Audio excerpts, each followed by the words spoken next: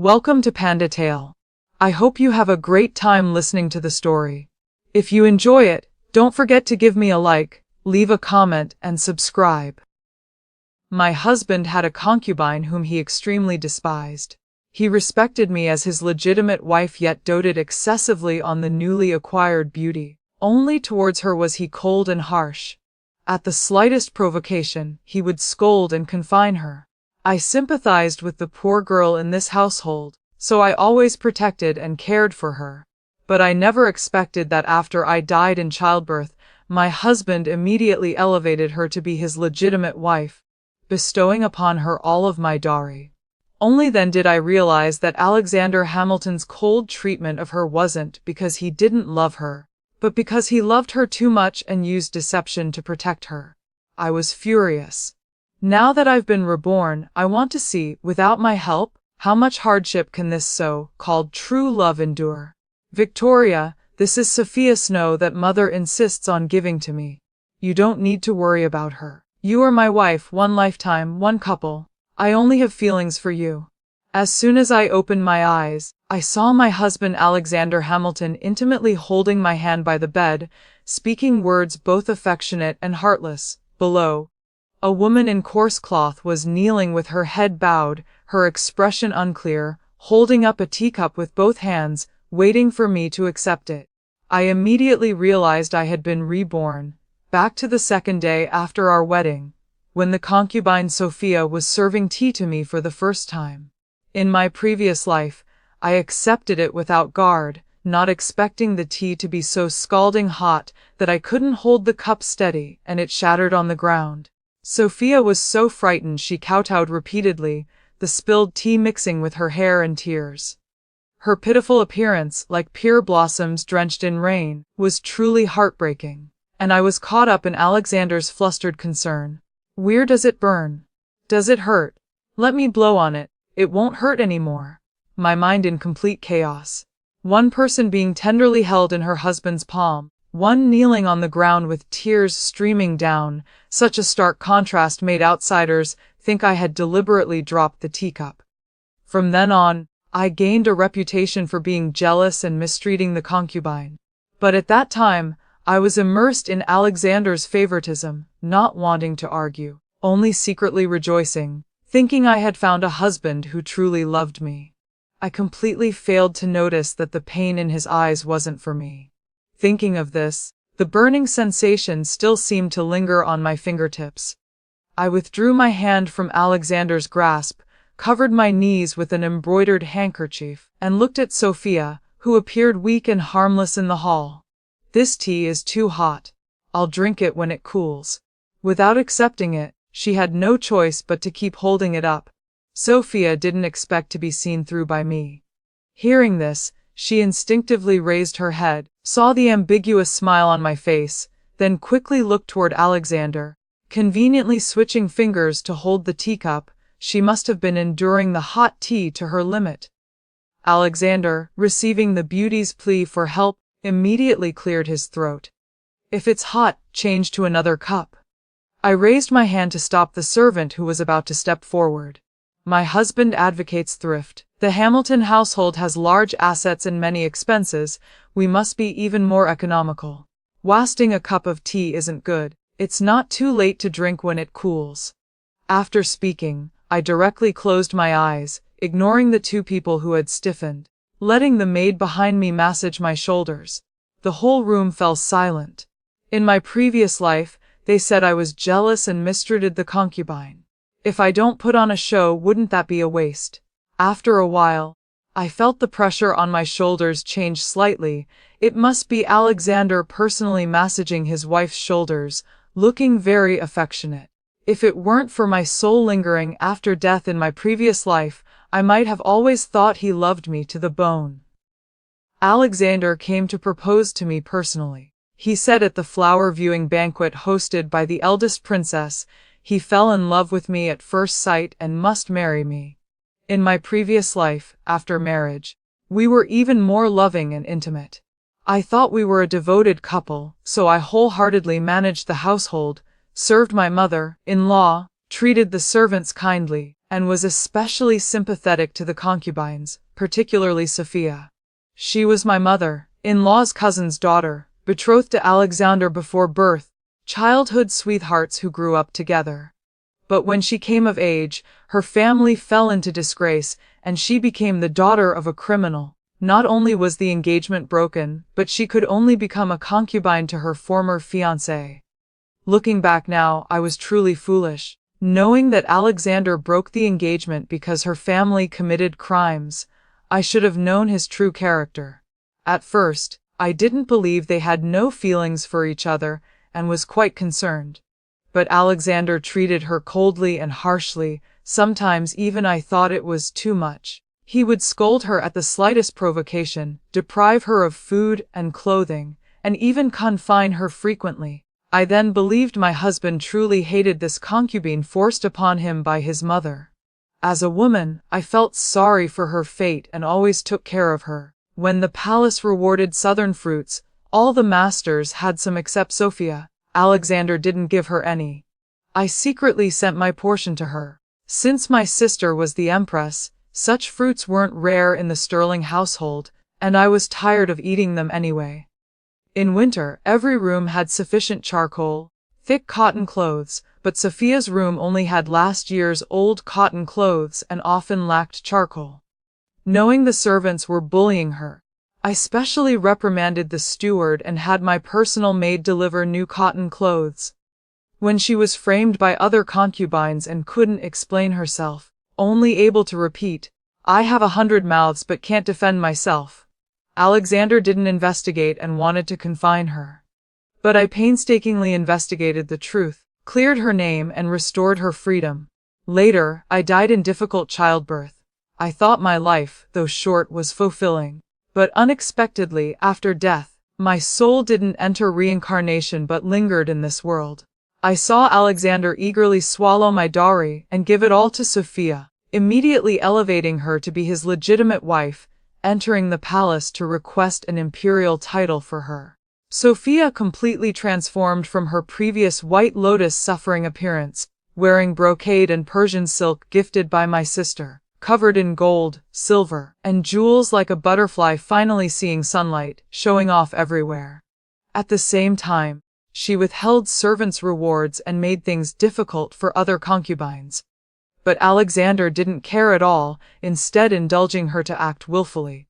Watching the two of them being inseparable, I finally discovered that Alexander's cold treatment of her wasn't because he didn't love her, but because he treasured her so much that he used deception to protect her. It turned out they were playing me for a fool. My soul laughed and cried. Opening my eyes again, heaven had given me another chance.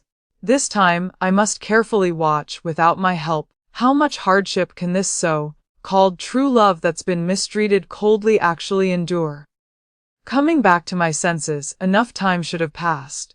I slowly opened my eyes. By now Sophia had endured until she was on the verge of tears, her arms trembling constantly, making the teacup lid clink. Only then did I reach out to accept it. Just as I brought it to my lips, I frowned. "This tea is cold." Her arm had just lowered when she heard this, and the tears pooled in her eyes finally fell, heartbroken to the extreme. Alexander couldn't sit still, urging the servants, "Hurry up, quickly change to another cup." When she offered another cup of tea with the right temperature, I finally drank it. After the tea ceremony, it was my turn to give a greeting gift. Everyone saw me caress my sleeve, passing over the transparent jade bracelet without a flaw, adjust the cloud-like hair, caress the heavy pure gold hairpin, then my fingers fell to the sparkling ruby earrings, but didn't stop there. Instead, I signaled for the maid to bend down, took a pair of ordinary pearl earrings from her hand, and ordered the maid to give them to Sophia. A gift from the mistress cannot be refused. She slowly reached out to accept them. Alexander beside me couldn't stand it anymore. "Victoria, this seems a bit beneath the dignity of the Hamilton household. If word gets out, I'm afraid it will damage our reputation." I blinked my innocent eyes and explained sincerely, "My husband doesn't understand my painstaking efforts. I see Sister Sophia dressed all in white. She must still be in mourning." but she only wears a pair of red agate bracelets on her hands, which isn't proper etiquette. I think perhaps she was careless, or her jewelry box lacks suitable ornaments. The jewelry I wear is too bright, so I could only specially find a pair of appropriate earrings to give her. To be complete. Husband, rest assured. My maid has followed me for a long time and received many rewards, so these pearl earrings aren't ordinary items. The value of this pair could equal sister's entire worth. Seeing the two of them breathless and speechless, I smiled even more brightly. The Snow family's mourning period had long passed. She wore white only to show off her slender figure, and to make Alexander constantly pity her. But now they couldn't distinguish, if not mourning for her family, then mourning for the country. His Majesty is still healthy, that would be great treason. They didn't dare. Alexander forced a smile and embraced my shoulders. Victoria is still the most thoughtful. It's getting late, we still need to pay respects to Mother. Seeing me nod obediently and follow along, the two secretly breathed a sigh of relief. I suddenly turned back, meeting Sophia's hateful and resentful gaze. I raised an eyebrow and smiled charmingly. Husband, I heard sister used to stay in Mother's courtyard. Now that she follows husband, naturally we must find her proper accommodations soon. I'm new here and unfamiliar with household matters. Perhaps husband should decide where sister should rest. Alexander's cheek twitched, gritting his teeth. Then the bamboo garden. I agreed, but was surprised inside. The bamboo garden is in the northwest, near the side gate, the most desolate place in the entire manor. In my previous life, Alexander didn't put her there. It sees the development of events will indeed change according to my attitude. At this moment, Sophia behind us couldn't bear it anymore, lowering her head and sobbing. That night, a servant reported that Alexander would sleep in the study. Then Emily quietly reported, I've investigated clearly. The master secretly took the small path to the northwest of the rear courtyard. Miss, should we? I sat at my dressing table, looking at my beautiful face in the mirror, and smiled mockingly. He must be rushing to comfort his beloved after she suffered injustice during the day. The person in the mirror shook her head. No matter, have someone prepare water for me to wash and retire. The maids busied themselves. After Emily finished removing my hairpins, I gave her a small brocade box containing gold, inlaid amber earrings. Trade these for your pearl earrings. Do you agree? These were the gift I gave Sophia in my previous life, worth 100 times more than the pearl earrings. Emily firmly accepted them, smiling so wide her eyes disappeared. Thank you, miss. Miss treats this servant so well. I was also infected by her joy, my eyes curving. With my dowry, these trivial things meant nothing to me. But in this life, I don't want to spend a single penny nurturing ungrateful betrayers anymore. In my previous life, I accidentally discovered Sophia staying up late embroidering handkerchiefs and learned that she was ashamed of her empty purse and could only rely on selling embroidered handkerchiefs for extra income. Previously, when she lived with my mother-in-law, she didn't need to worry about expenses for servants. But after becoming Alexander's concubine, all social obligations had to come from her own pocket. The Hamilton household had large expenses. When her family met disaster and the Hamilton household took her in, she didn't have a penny to her name. No dowry, no private business for income. Plus Alexander never rewarded her, so her monthly allowance was basically insufficient. That's why I always had servants sell her handkerchiefs for her, buying them back at many times the price, while instructing them not to reveal this matter. Now thinking back, saving money to spend on those who truly treat me well, isn't that more worthwhile?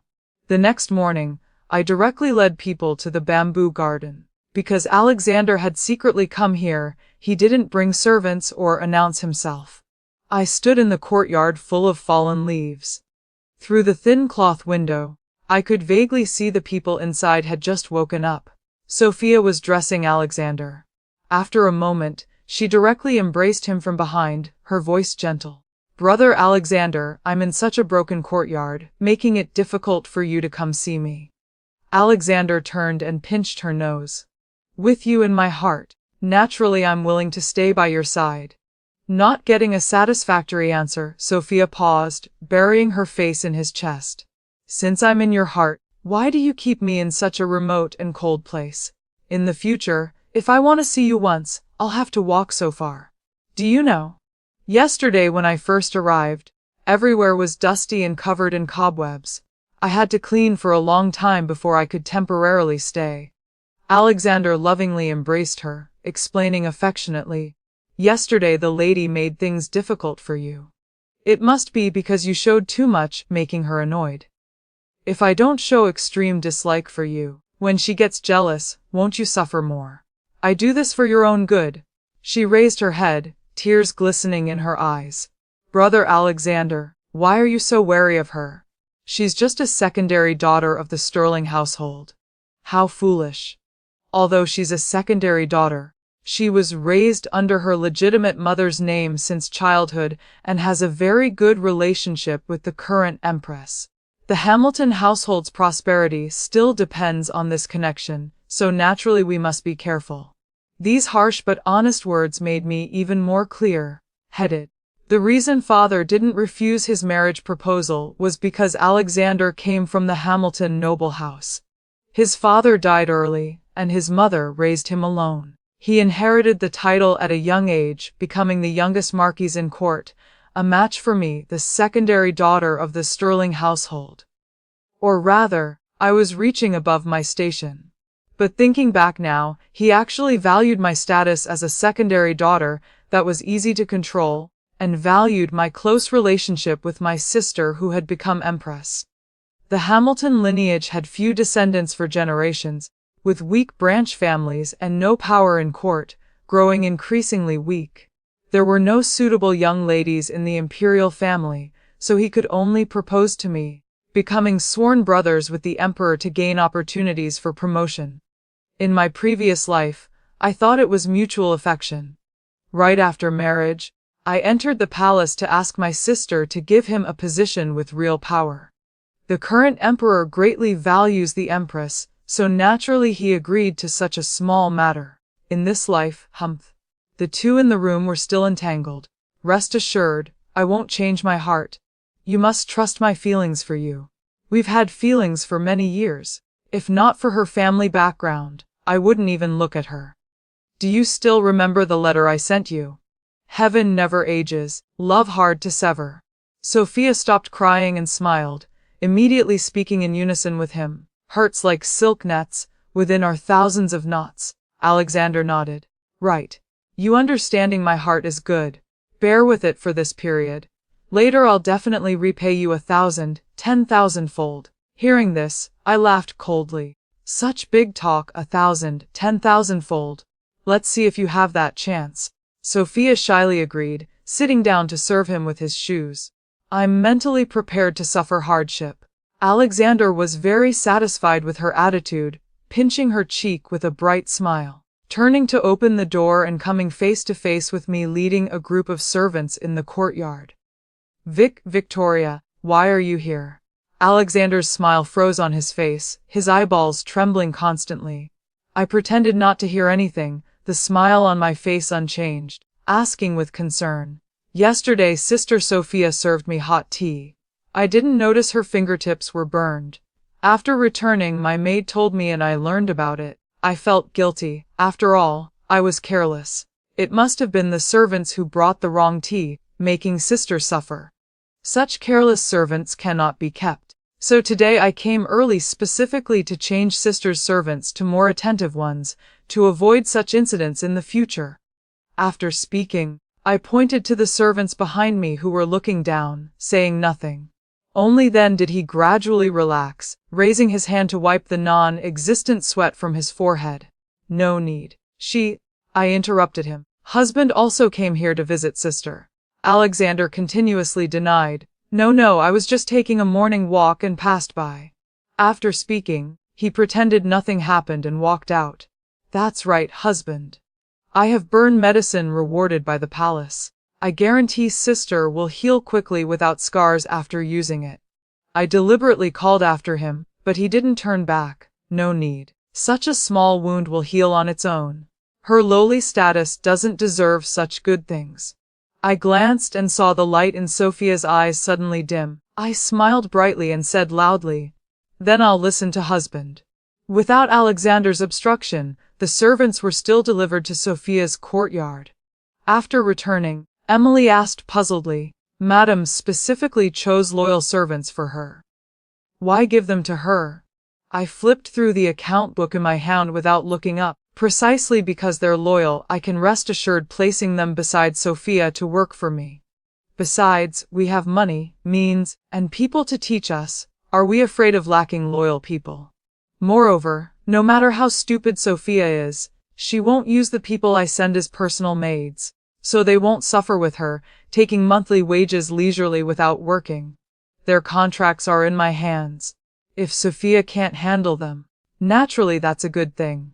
My actions this morning, personally visiting the concubine, giving people and medicine, will spread and ultimately leave me with a reputation for kindness and virtue." Alexander was probably afraid I'd become suspicious, so he didn't go to Sophia's place for a while, instead coming to my room daily to be affectionate. I didn't refuse either. After all, to turn the tables in this household, I urgently need an heir. Poor Sophia not receiving favor, the servants don't respect her. Unfinished clothes, cold leftover food at every meal. Besides the personal maid beside the mistress, other servants in the courtyard all went to eat communal meals without being affected. Only Sophia's personal maid Rose had to suffer. This maid once questioned the servants delivering food, but was mocked instead. "Who told your Mrs. Courtyard to be the farthest? Isn't it normal for food to get cold? Instead of thanking us for traveling so far, you complain. With that time, why not think of ways to please the master?" Such straightforward words made both mistress and servant furious. After Sophia finished being angry, the servants I placed beside her reported that she was about to come find me. In my previous life, she also came to plead with me. At that time, I angrily punished the related servants after hearing it, docking their monthly wages, making the servants resent me. Instead, Sophia not only restored her normal life but even received compensation from me. Her food was even better than mine as the legitimate wife. In this life, I won't kindly help anymore. Knowing Sophia was coming, I had someone invite Alexander. When she arrived, we were having dinner. She sniffed, glancing at the dining table, secretly swallowing saliva, then began crying and complaining. "Brother Alexander, you don't know how those servants mistreat me. The food delivered daily is all cold. What should clearly be vegetables is covered in a thick layer of lard. The duck soup is fishy to the point I can't swallow it. Sob, sob, sob. How long must I live like this?" Alexander glanced at my expression. Seeing I was unmoved, he had to take initiative to ask, "Victoria." I scooped a bowl of hot tofu and vegetable soup for him, looking gentle and obedient. Sister is husband's person. Naturally, I must listen to husband. His mouth twitched, having to continue playing his role, loudly scolding Sophia. "Having vegetables and meat is already 100 times better than common families. Yet you're here being picky. That's really unreasonable. Look at what the lady and I eat, isn't it also simple? Recently I've had poor appetite, so the kitchen deliberately made it easier to eat." At this moment, it was conveniently used by Alexander for comparison. Sophia cried and sobbed, wanting to explain a few words, but meeting the man's warning gaze, she had to forcefully hold back her grieved tears and bow to take her leave. After sending Sophia away, Alexander's gaze lingered on her back. Turning to see me watching him meaningfully, he immediately showed an ingratiating smile, picking up a piece of fish tail for me. "Victoria, come here. Don't let unrelated people disturb our meal." After dinner, Alexander approached me, stammering, "Victoria, I heard you entered the palace today. Did you meet the Empress?" No wonder he was anxious about his official position. Though he'd inherited the title for a while, he still hadn't entered court as an official, truly an idle person. If this continues, not only will he gradually fall to the family's secondary ranks, but eventually even future generations might forget the Hamilton household's existence. In my previous life, I asked my sister to get him into the censorate. Though the rank wasn't high, he could supervise and impeach all officials and could be valued by the emperor. Indeed, not long after, he made contributions in the Prince Qa rebellion case and was promoted to left vice-censor-in-chief with limitless prospects. In this life, I didn't enter the palace to request an official position for him, but for myself. In my previous life, difficult childbirth became a knot in my heart. Since being reborn, I must have an heir. But I was afraid, so I specifically asked the Empress to grant me an experienced palace nanny. The dirty tricks in the palace are even worse than outside. Having an experienced nanny would help me through pregnancy and childbirth smoothly. As for Alexander, I only mentioned him at the end, letting the Empress conveniently find him an idle official position. I sipped green tea. Under his expectant gaze, I slowly spoke. "Husband, just wait patiently." Alexander's eyes lit up. "Has Victoria decided? Can you reveal a little?" The Bureau of Protocol. What does husband think? Official positions have high and low ranks, with or without real power. My sister agreed to let Alexander enter the Bureau of Protocol, managing diplomatic affairs. It sounds nice but is far inferior to the censorate low position, no real power. But for Alexander, who'd never been an official, just entering court was extremely satisfying. Indeed, hearing this, he couldn't hide his joy. "Victoria, marrying you is truly my greatest fortune." He rubbed his hands. "Then I'll go to the study to prepare. Rest early tonight." I nodded, watching his joyful departure, suddenly feeling my stomach churn, vomiting everything I'd just eaten. The next morning I was also lazy. The maids in my room tried every way to cheer me up, but I still had no interest.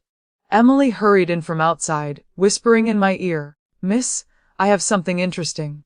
Would you like to hear?" She pouted toward the northwest. "Go ahead."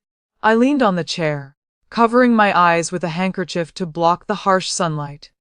Last night, after returning to his study, the master secretly sent his trusted servant to deliver something to Miss Snow. Do you know what it was? Pastries, bird's nest soup, or new tea? The little beauty in his heart had been crying and complaining for so long. Even if he doesn't care in front of others, he must compensate behind their backs, right? None of those. It was a letter. I couldn't help but laugh, even blowing away the handkerchief on my face. Opening my eyes, I asked with interest, "So how did Sophia react after reading it?" "According to our people." Miss Snow pressed the letter to her chest for a long time after reading it, still smiling foolishly. This morning, facing cold porridge, she's no longer picky and eats very carefully. "Miss, do you think the master mixed some drug in the ink that can make people willingly suffer?" I don't know if Alexander's ink has drugs, I only know Sophia is sick, and not lightly. A man with no real actions, just empty words, yet she treats it like medicine, determined to feed on love. She'll definitely end up starving. Mother-in-law went to the mountain temple for half a month, returning before her son took office. Alexander and I went to pay respects. First, mother and son warmly greeted each other. Then mother-in-law fiddled with her prayer beads, coldly looking at me. I heard that recently whenever Alexander goes to the rear courtyard, he only goes to your room. Married for 3 months with no movement in your belly, yet you monopolize the man. As the legitimate wife, how can you be so narrow-minded and monopolize favor? She was seeking justice for her cousin's daughter. After all, she'd considered Sophia her daughter-in-law since childhood, naturally incomparable to an outsider like me. Alexander sat beside her, holding tea and pretending to drink, wishing he could openly declare he frequently visited Sophia's room. I wasn't angry either, bowing to admit fault. This daughter-in-law wasn't thoughtful. Mother-in-law was quite satisfied with my obedience, the corners of her mouth revealing a smile. Then you know what to do. Daughter-in-law knows. Alexander was still looking up drinking tea, but now involuntarily paused. He raised his cup to me. What could I do but fulfill his expectations? I smiled lightly, waving toward the door. Husband's room has been empty. Besides myself, there's only Sister Snow who lacks husband's favor. So I specifically found a kind and beautiful concubine, hoping to help husband pass the time. During the conversation, A beauty with a graceful figure shyly entered, politely greeting everyone. "You mother-in-law," slammed her prayer beads on the table, grinding her teeth in anger, but I interrupted her, patting my chest fearfully, asking, "Did daughter-in-law do something wrong?" Alexander answered for his mother, "You did nothing wrong. Victoria's action is very thoughtful." His mouth praised me, but his eyes couldn't leave the beauty's flower-like smile. I laughed coldly inside. Indeed, this is Melody Frost, who fascinated Alexander in my previous life. In my previous life, Melody entered Alexander's room, but then she was a brothel courtesan who'd been enjoyed by thousands, later gifted to Alexander by a minor official as a bribe. In this life, I acted first, finding her and buying her at a high price. She was a singer about to auction her first night, for me saving her from the sea of misery and arranging her as the Marquis's concubine. She was naturally extremely grateful. Moreover, Melody didn't expect the Marquis to be so young and handsome, smiling even more brilliantly, making Alexander unable to resist embracing her waist, hurriedly bidding farewell to mother-in-law. Mother-in-law's chest heaved even more violently, but her mouth couldn't stop me. I also followed along. At the door, Alexander only then noticed me. "Victoria, I just took office and will surely be busy. I can't come to your room daily. When I'm free, I'll come find you." I touched my belly, smiling faintly in agreement. "No need to come find me anymore. With a child, what do I need you for?" I was pregnant. Besides a few close people, outsiders didn't know. In my previous life's difficult birth, I couldn't stop thinking about it. The midwife said the baby's position was normal, not too big. Why the difficult birth? So this time I must be extremely careful. Fortunately, Alexander was bewitched by Melody, no longer coming to bother me, letting me peacefully nurture the pregnancy.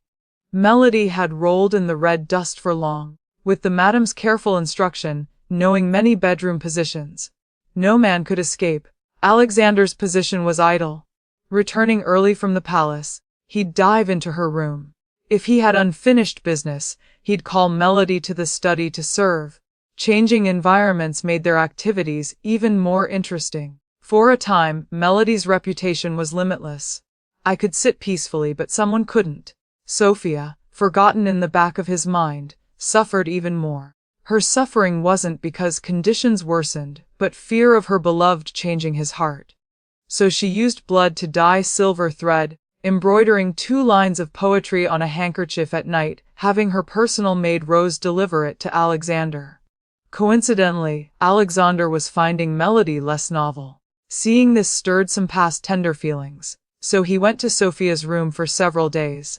Melody immediately acted cute and jealous. Alexander, to comfort her, rewarded her like flowing water. The rare glass hairpins, precious brocades, freshly hunted venison, besides my portion, all went to Melody. On the contrary, Sophia, laborious serving, got nothing. She didn't complain either, serving Alexander dressing early in the morning, deeply affectionate. "I have brother Alexander's heart, that's enough. How can those worldly things compare to our feelings?" Alexander was extremely moved, kissing her once. "Only you understand me." In a blink, he gave the mercury mirror gifted by foreign envoys to Melody's room. "And me. You see clearly, he knows how to love someone, but he doesn't want to. So is this love only on lips really true love?" Under my arrangement, Melody learned that Alexander was secretly visiting Sophia. Feeling uneasy, when I returned from a banquet, I was urgently invited to Melody's courtyard. The woman, completely soaked, was wrapped in a cotton blanket, pointing at Sophia, crying and complaining. "Master, it was her who pushed me into the pond. My maid can testify. She must be jealous of my favor, so while Madame wasn't home, she wanted to harm me." She lowered her head, crying pitifully. I glanced over. What a mess. Still not quickly having maids change clothes for sister. "Harming your body like this?" Melody sobbed. "I don't want to harm my body either. I just want Master and Madame to see how vicious this woman is." Only then did she allow maids to surround her, turning into the bedroom. I looked toward Alexander sitting in the main seat. He held a folding fan, his expression constantly changing, wondering what he was thinking. "Master, what do you think of this matter?" He came back to his senses, took a deep breath, then asked the woman kneeling below, "Sophia, do you have anything to say?" Sophia, dazed from being yelled at, blankly opened her mouth. I didn't do it. I don't know why Sister Melody makes things difficult for me. I hope Brother Alexander will investigate clearly." Seeing the blue veins on Alexander's forehead bulging, after a long time he gritted his teeth. "So you can't provide evidence proving you didn't push Melody? She falsely accuses me like this. I really don't know what to say." Looking at Sophia speechless, Alexander couldn't help taking another deep breath. Just then, a woman knelt beside Sophia, her personal maid Rose. "Miss Frost found an excuse to send me away, leaving only Miss Snow alone. What the situation was then, besides the three of them, no one knows. Master, you know Miss Snow, she doesn't fight or grab. Why would she risk harming Miss Frost? In my view, I'm afraid Miss Frost jumped into the pond herself to have her maid give false testimony, thus framing Miss Snow. Master, don't just listen to one side and convict. Clear thinking, sharp tongue, a maid with schemes and courage. I rarely look directly at Rose like this." Sophia nodded repeatedly in agreement. These words hit Alexander's sore spot. He said softly, "I know what kind of person Sophia is. She wouldn't do such things. According to your words, Miss Frost using a bitter trick isn't impossible." "Impossible." Melody lifted the curtain and entered, angrily rushing to Alexander, grabbing his hand and placing it on her small belly. "I'm already pregnant. How could I risk the master's flesh and blood?" Sophia, being dragged away while confined, still muttered, "Brother Alexander, you must believe me. In my previous life, there was a similar scene. Only that time I helped, spending much effort investigating the matter, returning Sophia's innocence and freedom. But this time, I don't plan to get involved. Isn't being idle good? Only Emily, who likes getting to the bottom of things, occasionally mutters in my ear." The master secretly went to see Miss Snow again. The two embraced tightly. One muttered about time proving her innocence, saying he was protecting her. One was moved to tears, saying, "I knew you believed me." Clearly the master personally ordered Miss Snow's confinement, yet he still acts like that. Rather than having time for that, why not quickly send people to investigate the truth? Hearing this, I shook my head. A man who can't even protect his own woman, can he still be called a man? He fears my mother's family power and Melody's dirty tricks, so he abandoned his beloved, smearing her without wanting to give even a little respect, yet thinking he's protecting love. Not wanting to be open and honest like this, I'm afraid can only fool the stupid Sophia. Or rather, precisely because Sophia is willing to be blind for him, he dares treat her like a toy to trample.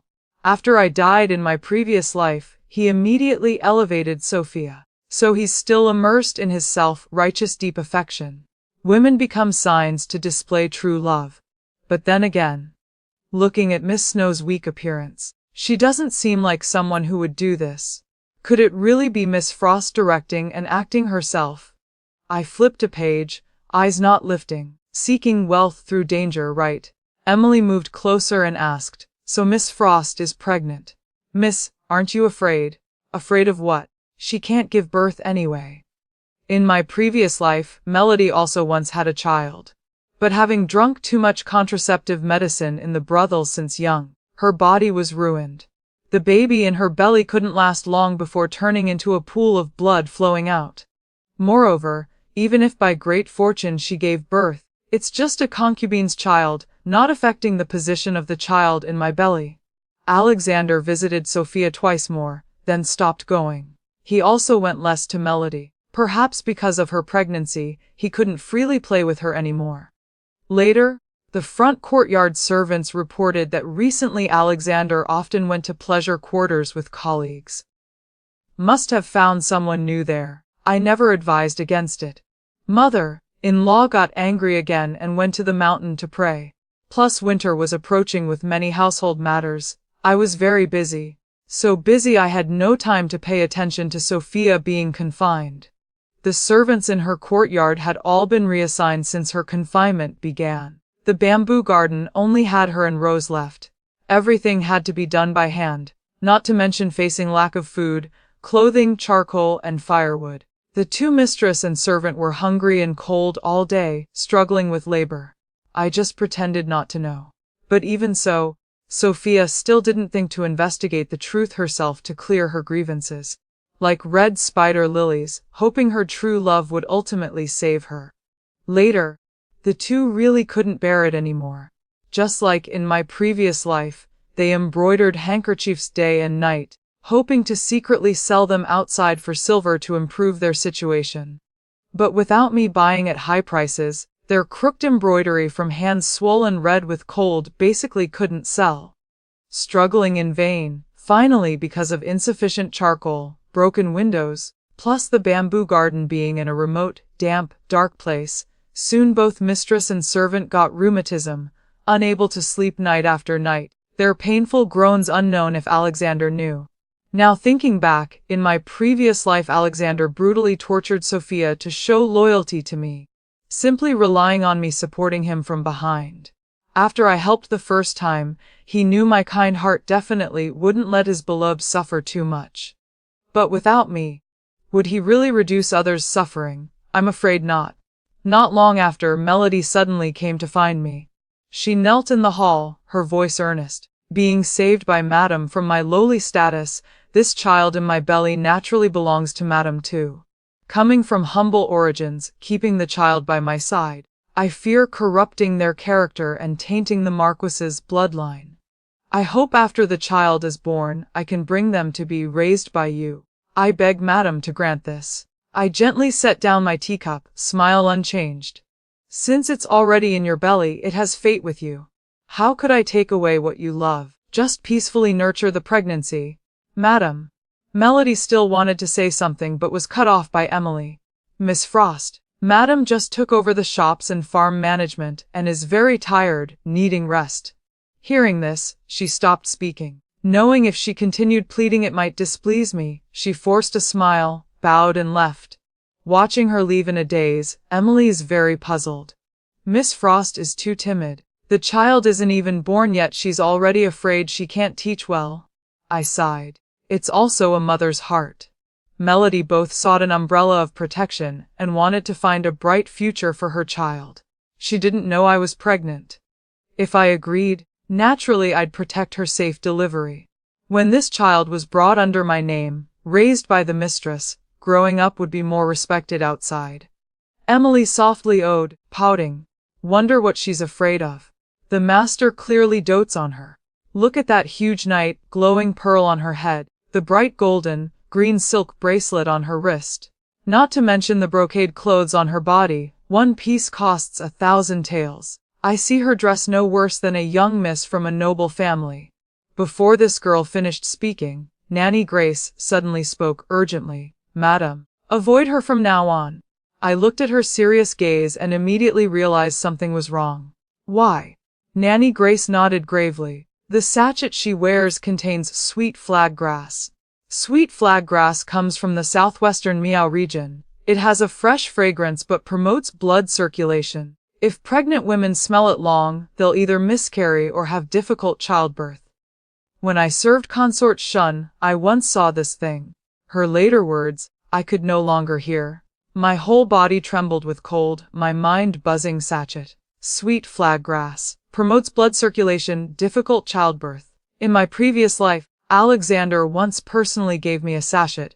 The fragrance was exactly like what's on Melody. He said it was a personal token gifted to me, hoping I'd never forget his feelings for me. So I wore it day and night, never taking it off. But unexpectedly, there were tricks inside. Nanny Grace and Emily, seeing I wasn't well, quickly supported me. This old servant talked too much and frightened Madam. Miss doesn't have the sachet. Miss, don't be afraid. I tightly grasped their hands, lips trembling speechlessly. 2 lines of tears flowed continuously down my cheeks. Overwhelming hatred enveloped me. So my death in the previous life was caused by others. It was my husband. It was my child's father who personally killed both of us. I once thought he was just thoughtless and meaningless. But unexpectedly, he was even more cruel and vicious than I imagined. He's a devil. After resting for several days, my heart became incomparably calm. Though reborn, I hated Alexander for playing with me, but never thought of taking his life. I only wanted him to not live comfortably. But now it seems, this person cannot be kept. Just then, a sister Rose appeared in the manor. Originally Sophia's maid Rose, not wanting to continue suffering, bribed the guards, secretly escaped from the bamboo garden, and hung herself on Alexander's bed. She had beautiful features and was good at acting docile and touching. Alexander naturally didn't refuse. Thus the bamboo garden only had Sophia left. She waited in the room expecting to be cleaned, piles of dirty clothes, miserably waiting for Rose's return. She didn't know Rose, who once willingly worked like a horse for her, would never return. When I arrived, I saw Sophia propping her chin with one hand, sitting in the only sunny spot in the courtyard, staring blankly at the sky, still wearing white clothes. No wonder Rose cried, complaining that every day there were endless clothes to wash. In a broken courtyard without servants, some things must be done personally. Normal clothes easily get dirty, let alone white clothes. Also hard on Rose. Sophia heard movement but didn't turn, already calling, "Rose." There's no Rose in the manor anymore, only Sister Rose. Sophia didn't expect it was me. Startled, she turned around, stunned for a moment before standing to bow. But seemingly from joint pain, her movements were slow and stiff. "Madam, what are you saying? I don't understand." By now Emily had brought a chair for me. With soft thick cushions, she gently helped me sit before I spoke. "Sister doesn't understand why we have another sister." She stepped back several small steps, unable to believe it, muttering softly, "Impossible. How can this be? Clearly she said she'd rather die for love. How could? Besides, Brother Alexander loves me so much, how could he accept someone beside me? There must be something wrong. Definitely something wrong somewhere." I smiled softly. What could be wrong? Man has feelings, woman has intention, naturally a good match. No, impossible. Brother Alexander loves me so much. He wouldn't treat me like this. He told me, heaven never ages, love hard to sever. Hearts of silk nets, in the nets are thousands of knots. We truly love each other. Sophia held back tears, shouting in rebuttal, looking crazed. I wasn't angry, but Emily couldn't stand it. Adjusting the thick snow fox fur cloak for me, adding charcoal to change the brazier, she rolled her eyes mockingly. Right. Your brother Alexander loves you most. Loves you most so he puts you in the most broken place. Loves you most so he confines making eat leftover food. Loves you most so he butterflies everywhere eating and drinking well but never remembers his former fiancée. So this is love. Then our Miss absolutely cannot let the master love even a little bit. After all, our Miss still wants to enjoy all the wealth and glory." Sophia's tears finally fell, sobbing in protest. "What do you know? He acts this way because he sees your Miss has an empress sister and doesn't dare offend her." Emily nodded. "Oh, our Miss has an empress sister. Does Miss Frost have one? Does Sister Rose have one? Their food and dress are no worse than our Miss. Only you live worse than a lowly servant yet still feel touched here. You've already been trampled in the mud by him, yet you still lick his shoe soles saying thank you for the grace. I think you're 1,000 times more stupid than the fool on the street." Seeing Emily's words getting more excessive, I spoke to stop her, ordering her to withdraw. Sophia, thrown into shock, after a long time came back to her senses, collapsing on the ground crying pitifully. I stood up, approaching to look down at her nearly broken state. "Right, I even found out something you'd surely be interested in. Previously, when Governor Snow was convicted, the most crucial evidence was presented by the Hamilton household." She blankly raised her head looking at me, eyes deadly still. "No, impossible. How could Brother Alexander betray me? How could he destroy flames devour the exquisite embroidery? If the master likes that fragrance so much, then burn more." Smoke rose hazily. I lowered my eyes. "When the time comes, the child has only a few months before being born. At that time, we cannot let it bear the stigma of patricide." Early summer, the young Marquis Hamilton suddenly passed away. After the imperial physician's examination, the conclusion was he died from a stroke. The woman he loved most died at the moment of their deepest intimacy. I returned to the household to manage the overall situation. Emily returned first to meet me, whispering instructions in my ear. Already handled cleanly. I nodded lightly, then cried loudly, holding my pregnant belly, falling before the coffin. Master? How could you leave like this? How pitiful for me and the child in my belly. How shall we live from now on? Crying painfully, looking frightful. Others, seeing this, gossiped even more, saying the Marquis Hamilton, newly married 1 year, already had a child in his concubine's belly, looking like a gentleman but actually a lustful person behind. Truly can't judge by appearances. Only suffering for the madam who was devoted to him, now must struggle alone to raise an orphan from the womb. I had only cried 2 sentences when I heard commotion outside, mother-in-law's cursing. Return my son to me. Return my son. I raised such an ingrate. Wasted my good treatment of you. Alexander loved you so much, yet you, lowly woman, took his life. Being attacked and torn at by her, Sophia endured the beating and scolding, lowering her head without speaking, making her expression unclear. Seeing me, mother-in-law redirected her attack. You're the mistress of the household, not taking good care of your husband, staying at your mother's home all day. You also bear responsibility for Alexander's death. She charged at me to push. Though Emily blocked in front of me so she didn't touch me at all, I felt my belly tighten. A warm flow came from below.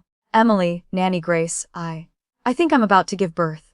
In the chaos, I smoothly delivered the child. Right after birth, people from the palace arrived to read the imperial edict, conferring upon me the title of first-rank noble lady. The child also directly inherited the title, becoming the youngest marquise in court. No one objected, only my mother-in-law, rumored to have intended to kill her own grandchild, already grief-stricken, hearing this got angry and had a stroke. Not long after, she passed away. When things settled, Rose came to apologize. Previously I betrayed my mistress as a faithless person. Now I specially come to apologize, hoping Madam will forgive. I signaled Emily to help her up, not such a terrible thing. But some punishment is still needed. I'll punish you to be the manager at my newly opened shop. Do you agree? Rose was so happy she cried, continuously kowtowing. This servant is extremely willing. Thank you, madam, for your grace. I had investigated her background, originally in the incense business. Later her father got addicted to gambling and pawned the brocade shop. Before being sold, she helped her parents do business for a long time, having definite business acumen. Rather than letting her waste talent in the household, better to release her outside to be independent. The opposite was Melody. She feared I'd drive her out, crying pitifully. Please madam, don't send me away.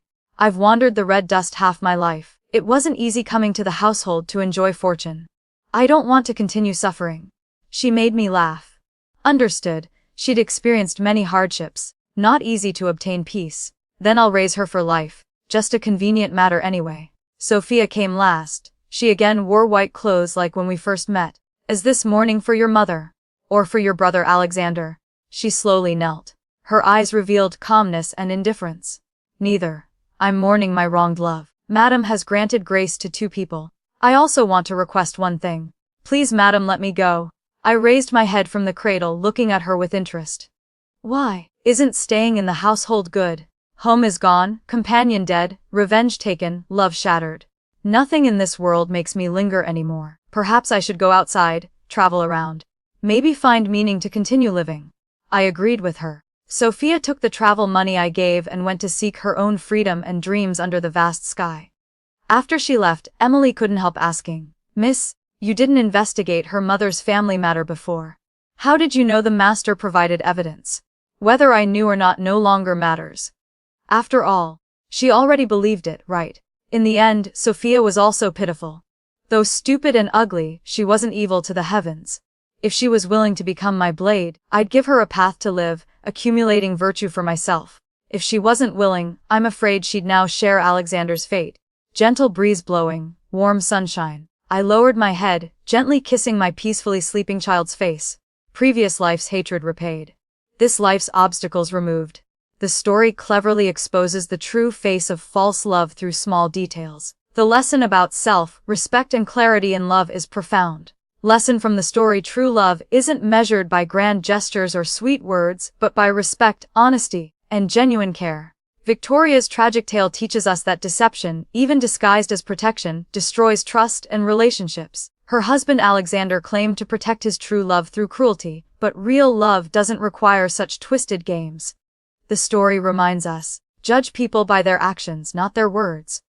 Don't sacrifice your dignity for someone who won't openly cherish you.